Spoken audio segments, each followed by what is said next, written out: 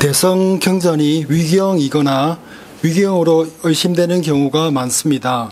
위경도 부처님 가르침으로서 의미가 있다고 보시는지 궁금합니다.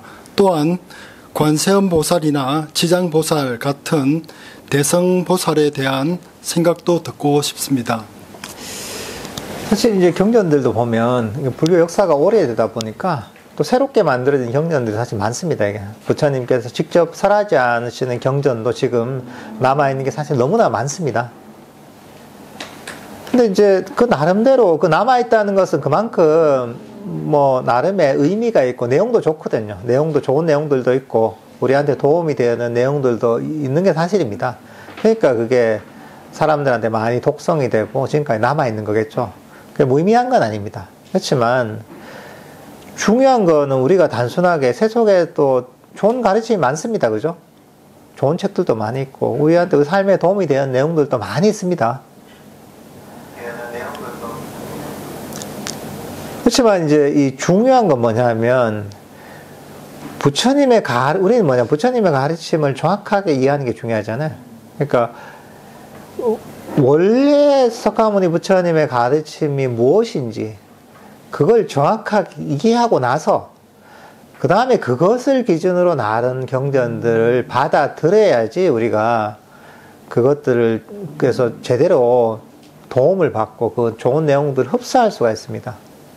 그러니까 기준점은 뭐냐 하면 석가모니 부처님께서 가르치셨던 원래 근본 가르침을 일단 잘 이해하고 그 기준 그 스탠다드를 바탕으로 해서 나머지를 판단하고 필요한 부분은 받아들여야지 문제가 생기지 않습니다.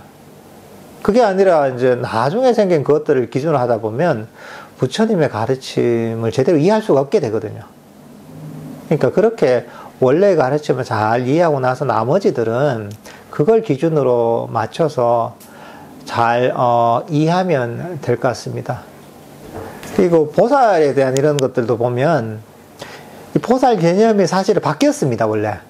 원래 부처님 당시에 보살, 보디사트바라는 것은 우리가 지금 얘기하는 뭐 관세음보살, 지장보살, 문수보살, 보현보살 이런 개념이 아니었습니다. 이건 어떻게 보면 새롭게 생겨난 어떤 개념입니다. 부처님 당시에 보살이라는 것은 부처님이 깨달음을 이루시기 전에 수행자 시절을 보디사트바라고 해요. 유일하게 쓰이는 때가 그때요. 경전에서는. 근데 그게 나중에 확장이 된 거죠. 그러니까 뭔가 이제 부처님께서도 깨달음을 이루시기 전에 이제 구도자로서 그렇게 오랜 세월을 사셨잖아요. 전생부터 해서.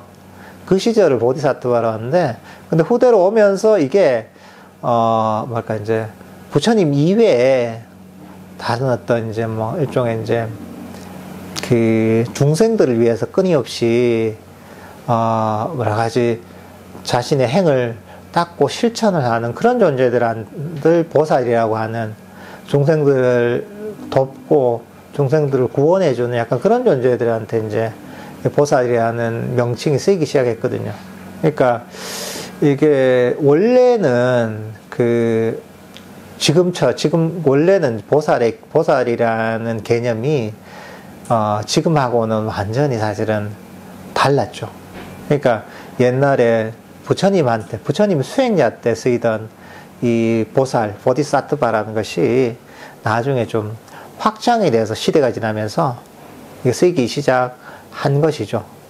어떻게 보면 중생들을 위해 자비를 베푸는 이런 존재들이 아마 사람들에게 필요했겠죠. 필요하니까 이제 원래 쓰이던 보살 개념이 조금 바뀌고 많이 확장이 되면서 이게 이런 보살들이 많이 등장하게 됐죠. 예.